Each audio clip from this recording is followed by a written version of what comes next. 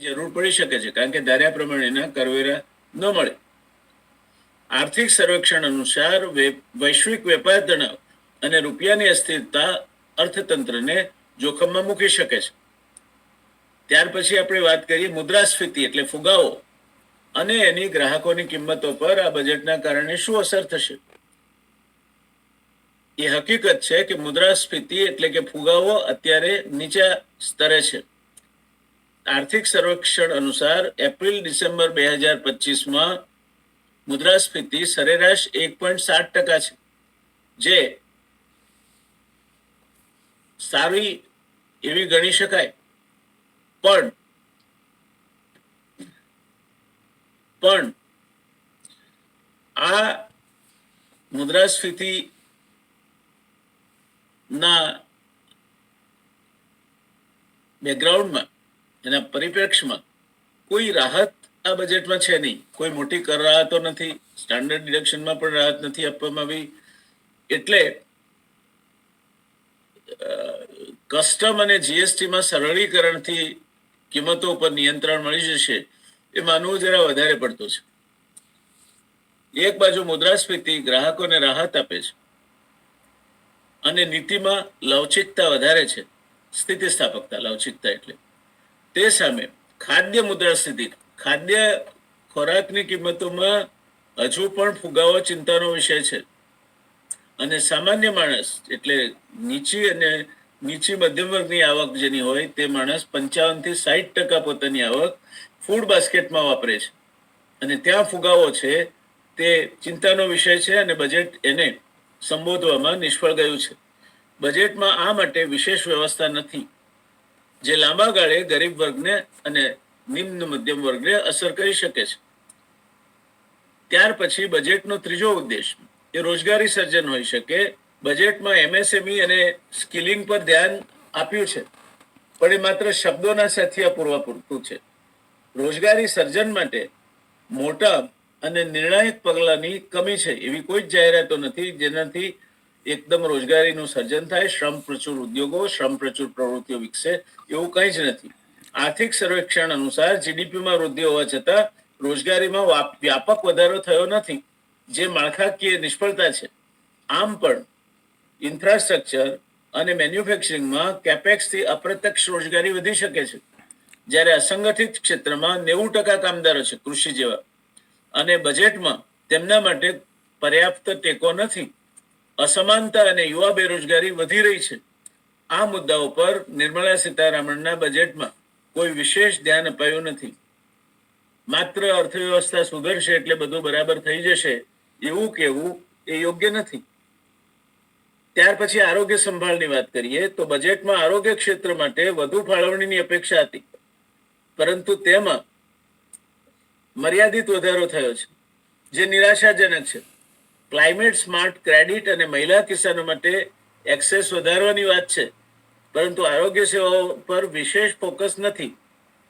હકારાત્મક સામાજિક મુદ્દાઓ જેવા કે આરોગ્ય મેટ્રિક્સ પર ધ્યાન, સામાજિક ક્ષેત્રમાં ખર્ચમાં ઘટાડો, જે આરોગ્ય કટોકટીમાં સમસ્યા સર્જે છે, આ બાબત બજેટ સંપૂર્ણપણે શાંત રહે છે અને આરોગ્ય સેવાઓ માટેની જોગવાઈ પણ એટલી અપર્યાપ્ત છે કે એનાથી ગરીબ અને મધ્યમ વર્ગને ઝાઝો ફરક પડવાનો નથી.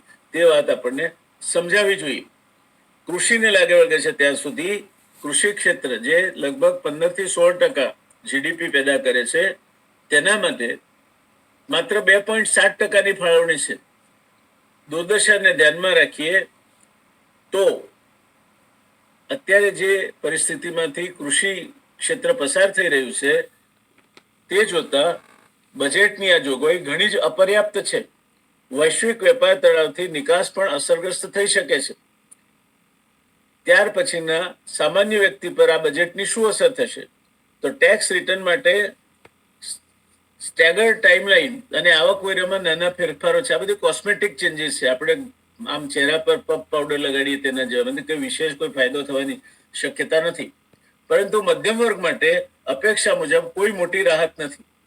આર્થિક સ્થિરતા અને નીચી મુદ્રાસ્ફીતિ એટલે નીચા ફુગાવાના દરથી સામાન્ય વ્યક્તિને ફાયદો થઈ શકે એ વાત કાગળના ફૂલ જેવી શણગારાત્મક લાગે છે, જ્યારે આવક અસમાનતા અને ઘરગથ્થુ બચતમાં ઘટાડો સામાન્ય વ્યક્તિને અસર કરે છે. આ વાત ક્યાંક ને ક્યાંક નાણામંત્રી ભૂલી ગયા છે. બજેટમાં નોકરિયાત અને સામાન્ય મધ્યમ વર્ગને આકર્ષે તેવા કોઈ પણ પ્રકારના પોપ્યુલિસ્ટ એટલે લોકપ્રિય પગલાઓ દેખાતા નથી. શેર બજાર વિશે આપણે બહુ વિગતે વાત કરી, એટલે ફરી એકવાર જેની વાત કરીને તમારો સમય હું લેવા માંગતો નથી. શેર બજાર નકારાત્મક છે, એનો સેન્ટિમેન્ટ અત્યારે નકારાત્મક છે, અને એને સુધારવા માટે એફઆઈઆઈ નું રોકાણ આકર્ષાય અથવા બીજી ટેક્સ રાહતો મળે તે, અથવા તો આ સિક્યોરિટી ટ્રાન્ઝેક્શન ટેક્સ જે વધ્યો છે તેના બદલે કંઈક બીજી સવલત મળે તેવું કંઈ આ બજેટમાં નથી. એટલે શેર બજાર ને આ બજેટ નકારાત્મક લાગ્યું હોય તે સ્વાભાવિક છે. કોમોડિટી માર્કેટની વાત કરીએ તો તર્કસંગતતા અને ટેક્સ અંગેની સ્પષ્ટતા અંગે નાણામંત્રી એમ માનતા લાગે છે કે વધુ સંસ્થાકીય ભાગીદારી અને ફિઝિકલ ડેરિવેટિવ્સ લીકેજથી લિક્વિડિટી વધશે. એ લિંકેજ થશે, ફિઝિકલ ડેરિવેટિવ લિક્વિડિટી વધશે, પણ વૈશ્વિક વ્યાપાર તણાવ અને કર વિસંગતતાઓથી હેજિંગને કારણે નકારાત્મક અસર પણ થઈ શકે છે. એટલે કોમોડિટી માર્કેટના ઉપરની અસરની વાત કરીએ તો એના માટે કોઈ પણ તારણ કાઢતા પહેલા સાવધાનીપૂર્વક આ બજેટ થોડાક મહિના વિતાવે અને એની જે અસરો છે તે થાળે પડે ત્યાં સુધી રાહ જોવી પડશે.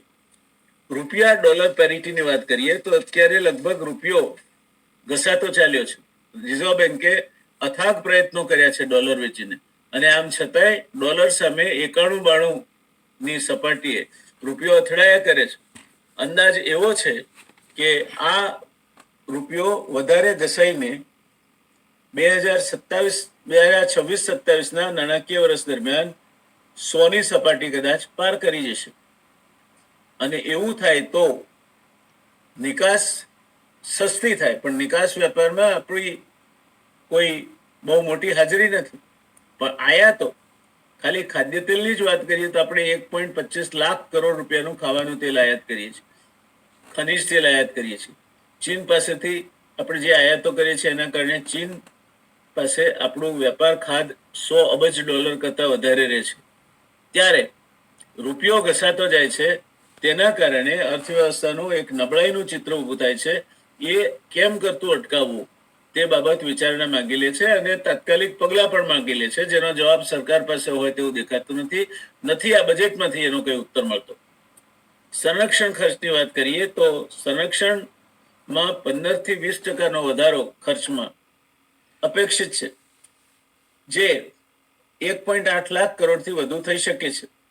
આના કારણે સંરક્ષણ લક્ષી ઉદ્યોગો, મેક ઇન ઇન્ડિયા અને ઇન્ડિજિનાઇઝેશનને પ્રોત્સાહન મળશે અને કેટલીક કંપનીઓને ફાયદો થશે. જ્યારે પાકિસ્તાન સાથે સતત ચાલી રહેલા તણાવથી ખર્ચ વધી શકે, જે અન્ય ક્ષેત્રોમાંથી ફંડને ખેંચી શકે છે, અને તેટલા પૂરતું તે જે તે ક્ષેત્રને નકારાત્મકતા ભણી દોરશે. આપણે બહુ યુદ્ધ માટે શૂરવીર છીએ, પણ એ ખ્યાલ રાખવો જોઈએ કે ભારત જો પાકિસ્તાન સાથે અથવા અન્ય કોઈ પાડોશી સાથે યુદ્ધમાં સંડોવાય તો વધારાનો ખર્ચ જરૂરી બને, અને એ ખર્ચ બીજા જે વિકાસના ક્ષેત્રો છે એમાંથી ખેંચાય. પરિણામે આપણી આર્થિક વિકાસની જે પ્રગતિ છે એ આમે ઓછી છે, તેને અવળી અસર પડે. રિસર્ચ અને ડેવલપમેન્ટ પર પ્રોત્સાહન ની વાત કરવામાં આવી છે, પણ એને પ્રોત્સાહન મળે, એને વૃદ્ધિ મળે એ માટેની કોઈ નક્કર જાહેરાત આ બજેટમાં છે નહીં. અને આ સદી જ્ઞાનની સદી છે. રિસર્ચ અને ડેવલપમેન્ટ અને પેટન્ટ કેટલા નવા રજીસ્ટર કયા દેશમાં થાય છે, ઇન્ટેલેક્ચ્યુઅલ પ્રોપર્ટી રાઇટમાં આપણે ક્યાં ઊભા છીએ એ અગત્યનું છે. કમનસીબે આપણે વિકસિત દેશ તરફ હરણફાળ ભરવી છે. 2047માં આપણે વિકસિત દેશ બનવું છે, પણ એ માટે જે પ્રકારની સુસજ્જતા જોઈએ તે પ્રકારની સંશોધન અને વિકાસ ક્ષેત્રે જોગવાઈઓ કરીને એ હાંસલ કરવાની કોઈ વાત 2026-27 કેન્દ્રીય બજેટમાં જોવા મળતી નથી. વિકસિત અર્થતંત્ર તરફ જવા માટે ભૌતિક આંતરમાળખાકીય સવલતો ઉપરાંત સામાજિક આંતરમાળખાકીય સવલતો માટે જંગી રોકાણ કરવું પડશે. આરોગ્ય અને શિક્ષણ માટે આમૂલચૂલ પરિવર્તન કરી શકાય તે પ્રકારનો કેન્દ્રીય બજેટ પાસેથી ટેકો, રૂપિયો સ્થિર થાય અને શેર બજારમાં વિદેશી સંસ્થાગત રોકાણકારોનું રોકાણ પાછું આવે તે પ્રકારનો અહેસાસ આ અંદાજપત્ર કરાવતું નથી. સરવાળે ભારતીય અર્થવ્યવસ્થાના જે કુલ મળીને જે સ્વાસ્થ્ય છે એ અંગે આપણને હકારાત્મક અહેસાસ થવો જોઈએ. એ આ બજેટ કરાવવામાં નિષ્ફળ ગયું છે એમ કહેવામાં મને જરા પણ છોશ નથી. નિર્મલા સીતારમણે કેન્દ્રીય બજેટને વિકાસનું ઉદ્દીપક બનાવવાની તક ખોઈ નાખી છે અને આ પ્રકારના બજેટ થકી જો ભારત 2047માં વિકસિત દેશની પંગતમાં બેસશે તે તક ઊભી કરવાની હોય તો એમાં એ તક ઊભી કરવાના માર્ગને કંડારવામાં નાણામંત્રી નિષ્ફળ ગયા છે. એકંદરે નિર્મલા સીતારમણનું આ બજેટ ખાસ કોઈ વિવિધતા અથવા હાલની ડામાડોળ આર્થિક પરિસ્થિતિને પાટે ચડાવવા, કૃષિ તેમજ રોજગારીને વેગ આપવા, ફુગાવો નાથવા અને શિક્ષણ તેમજ આરોગ્યના ક્ષેત્રે મોટા પરિવર્તનો લાવવા માટેના સ્પષ્ટ દિશા નિર્દેશ અને જોગવાઈઓ લઈને આવ્યું હોય તેવું દેખાતું નથી. આ બજેટે આપણને પ્રોત્સાહિત કર્યા છે એના કરતાં નિરાશ વધારે કર્યા છે અને ખાસ કરીને સમાજના ઓછી આવકવાળો વર્ગ તેમજ નિમ્ન મધ્યમ વર્ગ અને મધ્યમ વર્ગ માટે આ બજાર કોઈ પણ રીતે પ્રોત્સાહનજનક પુરવાર થાય એવી કોઈ મહત્વની યોજના અથવા એની જાહેરાત આ અંદાજપત્રમાં જોવા મળતી નથી. જો કે વિરામજી કી યોજનાને મનરેગાના બદલે જાહેર કરવામાં આવી છે ત્યારે નાણામંત્રીશ્રીએ એનો ઉલ્લેખ કરીને એ યોજના 125 દિવસ રોજગારી કઈ રીતે આપશે અને એ માટેનું અપેક્ષિત કેન્દ્રનું રોકાણ કેટલું હશે, રાજ્યો પાસેથી કેટલું હશે, કયા માપદંડો હશે, કઈ રીતે પ્રોજેક્ટ પસંદ કરવામાં આવશે, આ અંગે જાહેરાત કરી હોત તો ઘણી વધારે સ્પષ્ટતા મળી શકી હોત. પણ મને લાગે છે કે ભારત સરકાર પણ આ મુદ્દે સ્પષ્ટ નથી. એટલે 60% પોતે ખર્ચશે અને 40% રાજ્યો ખર્ચશે એમ કહીને અત્યારે બધું અધ્યાર છોડી દીધું છે.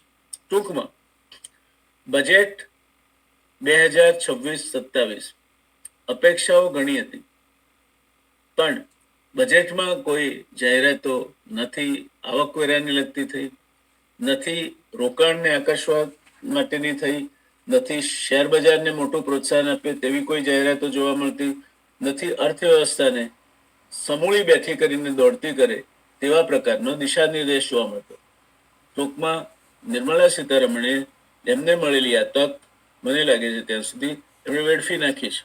જોઈએ આગામી વર્ષ દરમિયાન ભારતીય અર્થવ્યવસ્થા કયો માર્ગ પસંદ કરે છે, કયા માર્ગે આગળ વધે છે, કોમોડિટીઝ બજાર કઈ રીતે ચાલે છે, સોના ચાંદીની કિંમતોમાં શું પરિસ્થિતિ રહે છે, શેર બજાર કઈ રીતે અને કઈ રીતનું વલણ અત્યાર કરે છે, જે રૂપિયો જોઈએ રોકાણકારો માટે એ રૂપિયો ક્યાંથી આવશે, આ બધી બાબતો અધ્યાહાર છોડી દેવામાં આવી છે.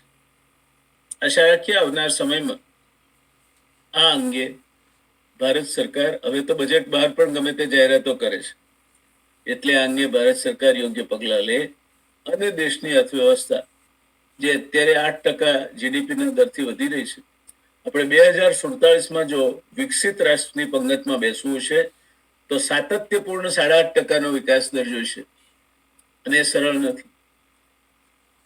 એટલે આપણે જાહેરાતો તો કરીએ છીએ મોટા પાયે કે 2047માં in the long run we will be a developed nation, ત્યારે એ કહેવત ભૂલી જઈએ છીએ કે in the long run everybody is dead. સરકાર આજે અસ્તિત્વમાં છે, 2047ની ચિંતા ન કરવી પડે એવો પાયો એને આજે નાખવો જોઈએ, જેથી 2047માં કરવા ધારેલ લક્ષ્ય વેધ થઈ શકે. આપણે 2047ના સપનાઓ દેખાડીએ, પણ એ સપનાઓ તરફ જવા માટેની કેડી ન કંડારીએ તો છેવટે નિરાશા મળશે. આ વખતની નું અંદાજપત્ર કેટલાક અપવાદો સિવાય કોઈ ખાસ વખાણી નાખવા લાયક જોગવાઈઓ લઈને આવતું નથી. એ વાત સાથે હું મારી વાત પૂરી કરું છું. દર્શક મિત્રો, આપના વિચારો શું છે તે મને કોમેન્ટમાં જણાવી શકો છો. મેં